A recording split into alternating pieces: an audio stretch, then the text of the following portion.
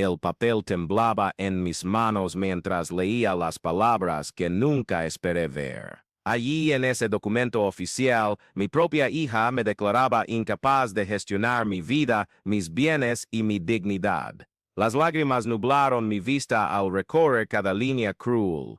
Solicitamos la incapacitación de Clara Sánchez, de 82 años, pues muestra claros signos de demencia senil e incapacidad mental para administrar sus bienes y tomar decisiones sobre su propia vida. Su firma aparecía firme y decidida junto a la de mi yerno, Roberto Fernández. Era como si hubieran firmado mi sentencia de muerte en vida. La garganta se me cerró. El mundo a mi alrededor se desmoronaba como un castillo de naipes. Me encontraba en el salón de la casa que había construido con mis propias manos, rodeada de recuerdos de toda una vida de lucha y logros, y querían convertirme en una niña indefensa. El abogado que trajo los papeles me miró con una mezcla de compasión y vergüenza, visiblemente incómodo en aquella situación. «Tiene usted 15 días para presentar un recurso», murmuró, evitando mi mirada. «Pero sinceramente, señora Sánchez, sería mejor aceptar. Tienen informes médicos, testigos». Sus palabras resonaron como martillazos en mi cabeza. ¿Informes médicos? ¿Qué informes médicos? Nunca me había sometido a ninguna evaluación para detectar demencia. ¿Testigos? ¿Quién podría declarar en mi contra? La indignación se abrió paso en mi pecho como lava a punto de estallar. No era posible que todo por lo que había luchado 80 años se redujera a ese maldito papel. Los recuerdos me asaltaron como un torrente. Me vi a mis 20 años, embarazada y abandonada por el novio que me prometió un matrimonio. Recordé las noches en vela cosiendo vestidos para otros, las manos hinchadas y doloridas, las lágrimas silenciosas mientras mi hija dormía en aquella cuna improvisada. Rememoré cómo trabajaba de día como limpiadora y de noche como modista, ahorrando cada céntimo para darle a mi hija una educación que yo nunca tuve. Me llamo Clara Sánchez, y esta es la historia de cómo casi perdí todo a manos de quienes debían protegerme. Nací en 1941 Bill, hija de un obrero de la construcción y una lavandera. Crecí en una barraca de madera en las afueras de Madrid,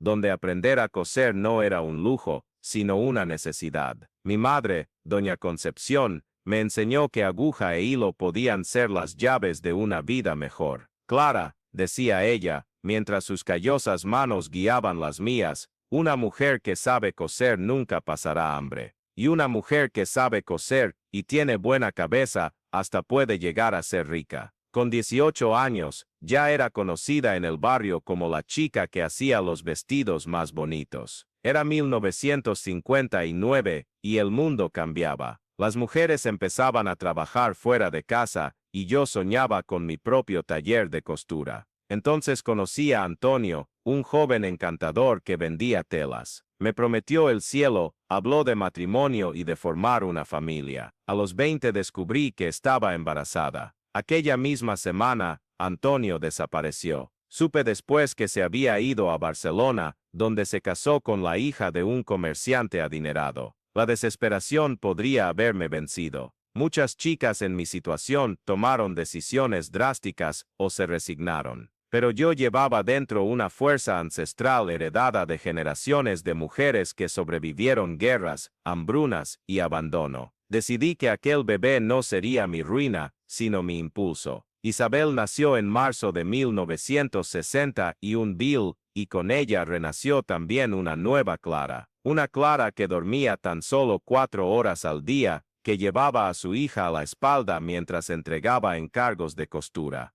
que sonreía aunque el corazón se le rompiera. Instauré mi taller en la misma barraca donde vivíamos. Era pequeño, mal iluminado, pero era mío. Poco a poco llegaron las primeras clientas.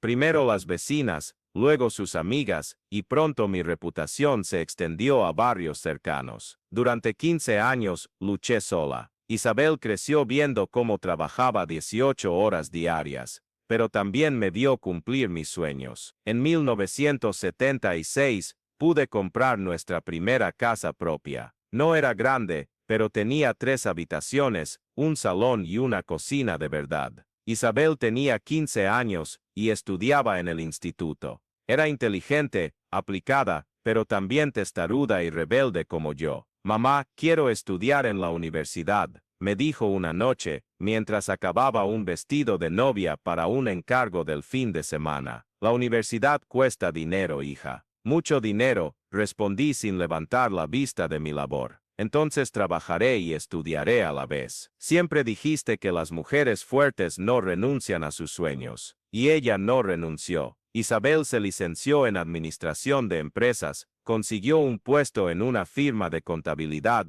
y se casó a los 28 con Roberto Fernández, un ingeniero civil que parecía buen hombre. Me sentí orgullosa, mi hija había logrado todo lo que yo soñé para ella: educación, carrera, un hombre que la respetaba y una vida estable. Eso creía. Roberto siempre fue cortés conmigo, pero algo en su mirada me inquietaba, una frialdad, una manera calculadora de pronunciar cada palabra, realizar cada gesto. Cuando Isabel quedó embarazada de los gemelos, Lucas y Mariana, propuso que me mudara con ellos para ayudar con los niños. Usted ya ha trabajado tanto, señora Sánchez. Es hora de descansar y disfrutar de los nietos, dijo con una sonrisa que no llegaba a los ojos. Vendí mi taller y me mudé con ellos. Durante 5 años, fui la abuela perfecta, cuidaba a los niños, cocinaba, mantenía la casa impecable. Pero pronto noté que perdía mi identidad.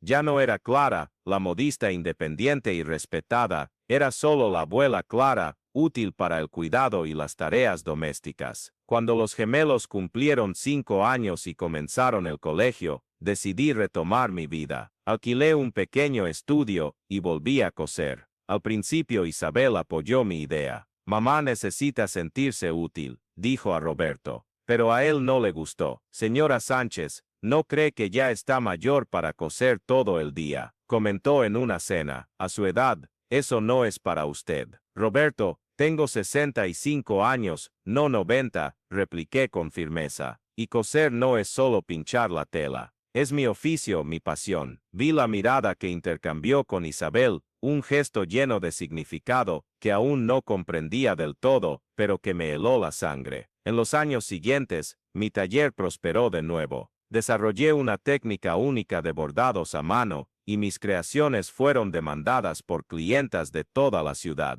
A los 70 años tenía la agenda completa y una cuenta bancaria en crecimiento. Era independiente y feliz haciendo lo que amaba. Entonces comenzaron los accidentes. Al principio fueron pequeñas cosas: olvidaba dónde dejaba las gafas, confundía el nombre de alguna clienta antigua, llegaba unos minutos tarde a las citas. Roberto siempre estaba presente en esos momentos, observando y anotando cada despiste. La señora Sánchez se está volviendo olvidadiza, decía Isabel con fingida preocupación. Quizá debería dejar de trabajar. Luego vinieron las caídas. Tropezaba inexplicablemente con alfombras que llevaban años en el mismo sitio, resbalaba en suelos que nunca habían sido peligrosos. Roberto aparecía al instante para ayudarme a incorporarme y sugerir que visitara al médico, sembrando la duda sobre mi capacidad para vivir sola. La gota que colmó el vaso fue descubrir mi cuenta bancaria vacía. Había ahorrado durante años, y de pronto todo el dinero había desaparecido. Cuando fui al banco, el director me mostró poderes notariales con mi firma autorizando a Isabel a gestionar mis finanzas. Yo nunca había firmado esos documentos. Mamá, claro que firmó, me dijo Isabel cuando la enfrenté. Usted misma lo autoriza. Está muy despistada últimamente. Roberto cree que es mejor que nosotros llevemos las cuentas antes de que haga alguna tontería. En ese instante entendí la magnitud de la traición. No se trataba solo de dinero, sino de poder, control y la eliminación sistemática de mi autonomía. Querían convertirme en una muñeca de porcelana, útil solo para legitimar sus decisiones y acceder a mis bienes. Su estrategia era diabólica en su sencillez. Me aislaron socialmente y me hicieron parecer confusa ante los demás. Sabotearon mi confianza. Crearon situaciones en las que realmente dudaba de mi salud mental. Y ahora llegaba el golpe final, la incapacitación. Pero cometieron un error fatal, subestimaron a la vieja Clara. Aquella noche, Tras la visita del abogado, me senté en la cocina con una taza de té y comencé a planear mi respuesta. Primero llamé a una antigua clienta, la abogada Elena Muñoz, una de las profesionales más respetadas de la ciudad. Había sido cliente mía durante 20 años. Le cosí el vestido de graduación de su hija. Señora Sánchez, su voz sonó sorprendida y alegre al otro lado. ¿Cómo está usted? ¿Cuánto tiempo sin hablar? Doctora Muñoz, necesito su ayuda. ¿Quieren declararme loca? Se hizo un silencio. Luego la voz de Elena se volvió seria y profesional. Cuénteme todo. Hablamos durante 2 horas. Elena se indignó con la situación y se ofreció a representarme de inmediato. Señora Sánchez, esto no es solo un intento de incapacitación. Es abuso psicológico y financiero. Vamos a dar la vuelta a esto. En los días siguientes trabajamos sin descanso. Consiguió informes médicos de 3 especialistas distintos que certificaron mi plena capacidad mental. Recopilamos documentos que demostraban la manipulación financiera. Obtuvimos declaraciones de antiguas clientas, vecinos e incluso del director del banco, quien confesó haber sido presionado por Roberto. Pero el verdadero giro llegó cuando Elena descubrió algo que yo desconocía. Roberto tenía deudas de juego, muchas deudas en casinos en línea, y estaba siendo acosado por usureros. Mi incapacitación no solo buscaba controlarme, sino financiar su supervivencia económica. Señora Sánchez, me dijo Elena mostrando los documentos, él necesita su dinero para saldar sus deudas. Y a Isabel la chantajea, amenazándola con llevársela y quitarle a los niños si no colabora. En ese instante sentí una mezcla de rabia y compasión, rabia por el engaño y compasión por mi hija, víctima al fin y al cabo, aunque cómplice. La vista de incapacitación se programó para un lunes lluvioso de septiembre. Llegué al juzgado acompañada de Elena, vestida con mi mejor traje, uno que yo misma había cosido, y llevando una carpeta con todos los documentos que demostraban mi salud mental y competencia. Roberto e Isabel estaban al otro lado de la sala con su abogado. Cuando me vieron, Roberto palideció. Isabel desvió la mirada, incapaz de sostener la mía. Esperaban encontrar a una anciana confusa y desvalida, no a una mujer decidida y bien defendida. Su abogado presentó los supuestos informes médicos, que Elena desmontó en minutos al demostrar su parcialidad y superficialidad. Luego llamó a los testigos, vecinos convencidos de mi senilidad tras situaciones artificialmente creadas. Entonces llegó mi turno. Elena me dio un gesto, y me levanté. Con voz firme y clara comencé a hablar. Conté mi historia desde el principio, mi lucha como madre soltera, cómo construí un negocio exitoso con mis manos, cómo crié a una hija que llegó a ser una profesional respetada. Hablé de los últimos años, de cómo noté la manipulación, de cómo documenté cada intento de retratarme como inestable. Señorías, dije mirando al juez, tengo 82 años. He sobrevivido a 2 guerras mundiales, crisis económicas, la muerte de mis padres y al abandono del padre de mi hija. Sobreviví a la discriminación de madre soltera en una época en que casi era un delito. Construí un negocio de la nada, crié a mi hija y ayudé a educar a mis nietos. Si eso no demuestra salud mental y competencia, no sé qué lo hará. El silencio fue absoluto. Pude ver lágrimas en los ojos de algunos asistentes. Continué. Lo que ven ante ustedes no es una anciana confusa que necesita tutela. Es una mujer que molesta porque aún tiene autonomía, voz y poder. Y hay quienes preferirían verme silenciada y controlada antes que afrontar mi independencia. Luego, Elena presentó los documentos sobre las deudas de Roberto. Las pruebas pasaron de mano en mano, y vi al abogado contrario palidecer. Roberto intentó levantarse para hablar, pero el juez le indicó que permaneciera sentado. Hay algo más, dijo Elena, sacando un último documento. Hemos descubierto que además de intentar incapacitarme, Roberto se ha apropiado indebidamente de mi dinero para pagar sus deudas de juego. La bomba estalló. Roberto saltó de su asiento, tirando la silla al suelo. Eso es una mentira, gritó. Ella está senil, no recuerda nada bien. Fue entonces cuando Isabel se quebró. Mi hija, que me traicionó y firmó los papeles, Rompió a llorar. Basta, gritó a su marido. Basta ya. Ella no está senil. Nunca lo estuvo. Isabel se volvió hacia mí con el rostro desencajado por la culpa y la desesperación. Mamá, perdóname. Él dijo que me iría con los niños, que era solo un trámite. Yo no sabía de las deudas. No sabía que había robado tu dinero. El juez golpeó el martillo y pidió silencio, pero el daño ya estaba hecho. La verdad, como un volcán, había aflorado. La decisión fue categórica. Se rechazó la petición de incapacitación. Además, se ordenó investigar a Roberto por apropiación indebida, y se dispuso el reintegro de todos los importes a mi cuenta. Elena logró también un embargo preventivo sobre los bienes de la pareja para garantizar la devolución. Si ha llegado usted hasta aquí, le pido que se suscriba al canal para seguir conociendo relatos como este, historias reales de mujeres que hallaron la fuerza para enfrentarse a las injusticias y reinventarse, porque cada una de estas historias puede inspirar a quien atraviesa situaciones similares y demostrar que nunca es tarde para empezar de nuevo, y que nuestra dignidad vale más que cualquier comodidad que se ofrezca a cambio de nuestro silencio. Salimos del juzgado bajo una llovizna que parecía lágrimas del cielo. Elena me abrazó en plena acera sin importarle que el agua nos empapara. Señora Sánchez, fue increíble lo que hizo allí dentro. Nunca había visto nada igual, pero yo sabía que la verdadera lucha apenas comenzaba. Recuperar mi dinero sería fácil comparado con reconstruir mi relación con mi hija y mis nietos. Isabel me buscó 3 días después. Llegó a mi casa con los ojos hinchados de llorar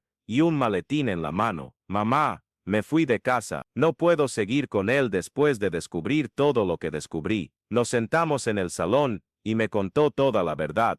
Roberto empezó a jugar hace 5 años. Al principio eran apuestas pequeñas, luego una adicción incontrolable. Ocultaba sus deudas, mentía sobre sus viajes de negocios para ir a casinos. Cuando los usureros comenzaron a amenazarlo, presionó a Isabel para acceder a mi patrimonio. Dijo que ni siquiera lo notaría, que era solo un trámite, confesó. Creí lo que quería creer. Era más fácil que enfrentar la realidad del hombre con el que me casé. ¿Y los niños?, pregunté. Saben que nos hemos separado. Lucas me preguntó si era por tu culpa. Dijo que la abuela estaba enfadada conmigo. Sollozó. Mamá, ¿cómo les explico que su propia madre intentó casi destruir a su abuela? Aquella noche tuvimos la conversación más difícil de nuestras vidas. Hablamos de viejas heridas, de expectativas incumplidas, del miedo a decepcionarnos mutuamente, y del miedo que yo tenía haciendo una carga. Hablamos de Roberto y de las señales que ambas ignoramos, de cómo el amor a veces nos ciega a la verdad.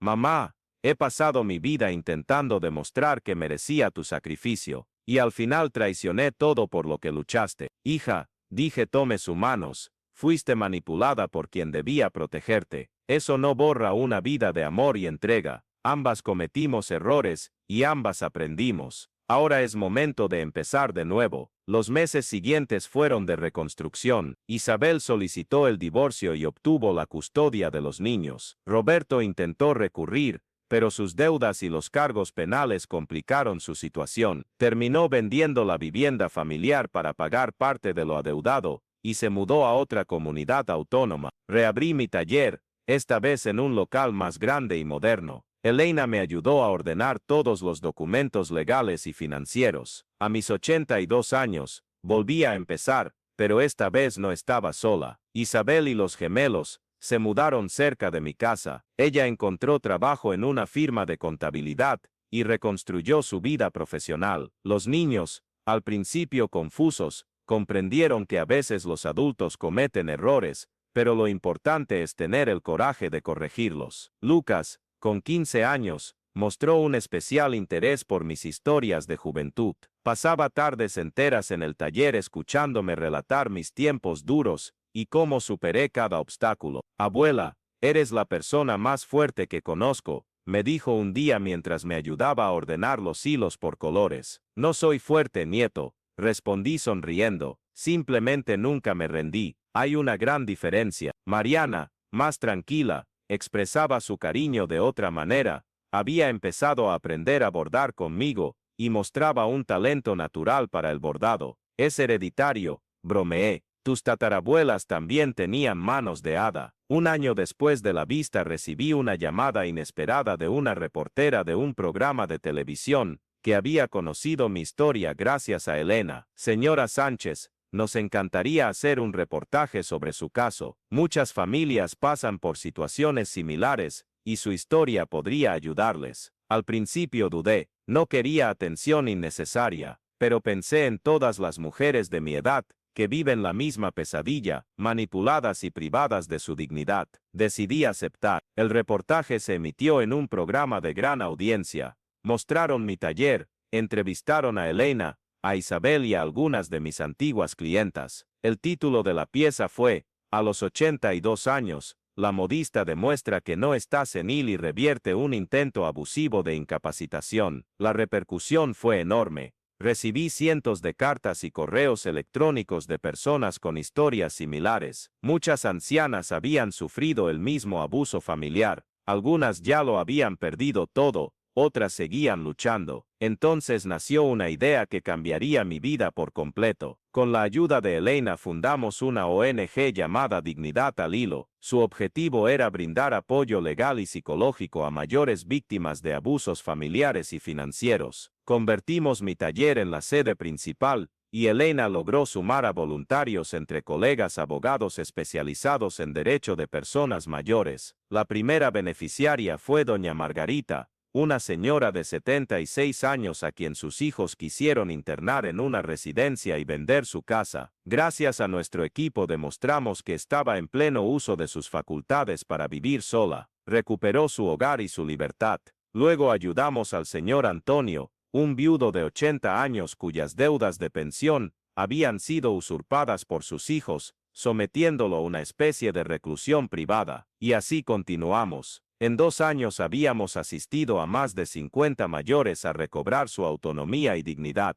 El trabajo en la ONG me dio un propósito que ni sabía que necesitaba. Con 84 años no solo sobreviví, sino que marqué la diferencia en la vida de quienes pasaron por mi misma pesadilla. Isabel se convirtió en mi mano derecha en la organización. Aprovechó su experiencia administrativa para gestionar las finanzas de la ONG y coordinar a los voluntarios. Fue su forma de redimir el error que cometió, transformando la culpa en acción positiva. Mamá, me dijo una noche tras otra intensa jornada, creo que todo debía pasar, no el engaño, no la incapacitación, sino nuestra lucha. ¿A cuántas personas hemos ayudado gracias a ello? Tenía razón. El dolor se convirtió en propósito. La traición se transformó en impulso para ayudar a otros. Casi perder mi dignidad sentó las bases para preservar la de decenas de personas. Un domingo por la mañana, 3 años después de aquella vista que cambió mi vida, cosía una funda de mesa que una nieta había encargado para su abuela de 90 años. Mientras mis dedos danzaban con la aguja creando pequeñas flores, pensé en el camino recorrido de Clara, la niña pobre que aprendió a coser por necesidad. A Clara, la madre soltera que luchó por su hija. A Clara, la abuela entregada que perdió su identidad por la familia. A Clara, la anciana casi silenciada, lista para ser controlada. Pero allí en aquel estudio soleado, a mis 85 años, era Clara, la mujer que halló su fuerza en la adversidad. Clara, que transformó el dolor en sabiduría y la traición en misión de vida. El teléfono sonó y rompió mis pensamientos. Era Elena. Señora Sánchez, tenemos otro caso. Una señora de 79 años en Málaga. Sus hijos quieren internarla, pero ella insiste en que está bien. ¿Puede hablar con ella? Por supuesto, respondí levantándome para coger el abrigo. Voy enseguida. Antes de salir, me detuve frente al espejo del pasillo. La mujer que me devolvía la mirada tenía el cabello blanco, arrugas que contaban 85 años de vida y unos ojos que brillaban con una luz que creí perdida para siempre. Nunca es tarde para comenzar de nuevo, me dije, repitiendo el mantra que se hizo mi lema. Y salí a ayudar a otra persona a descubrir que la dignidad no tiene edad, que la fuerza no disminuye con los años y que a veces hay que perder casi todo para encontrar quiénes somos realmente. La lección que quiero dejar a quien lea esta historia es sencilla pero poderosa. Nunca permita que alguien defina sus límites por su edad. Nunca acepte ser reducido o controlado en nombre de su bienestar. Y sobre todo, nunca abandone la lucha por su dignidad, sin importar cuántos años tenga. Porque a mis 85 descubrí que la verdadera juventud no reside en el cuerpo, sino en el coraje de seguir escribiendo nuestra propia historia, palabra a palabra, puntada a puntada, hasta el último suspiro. Y si mi historia inspira aunque sea una sola persona a no rendirse, a no aceptar el silencio y a defender su autonomía y dignidad, entonces todo el dolor habrá valido la pena. Cada lágrima vertida se convirtió en semilla de esperanza para otras mujeres que, como yo, descubrieron que nunca es tarde para ser quienes realmente nacimos para ser.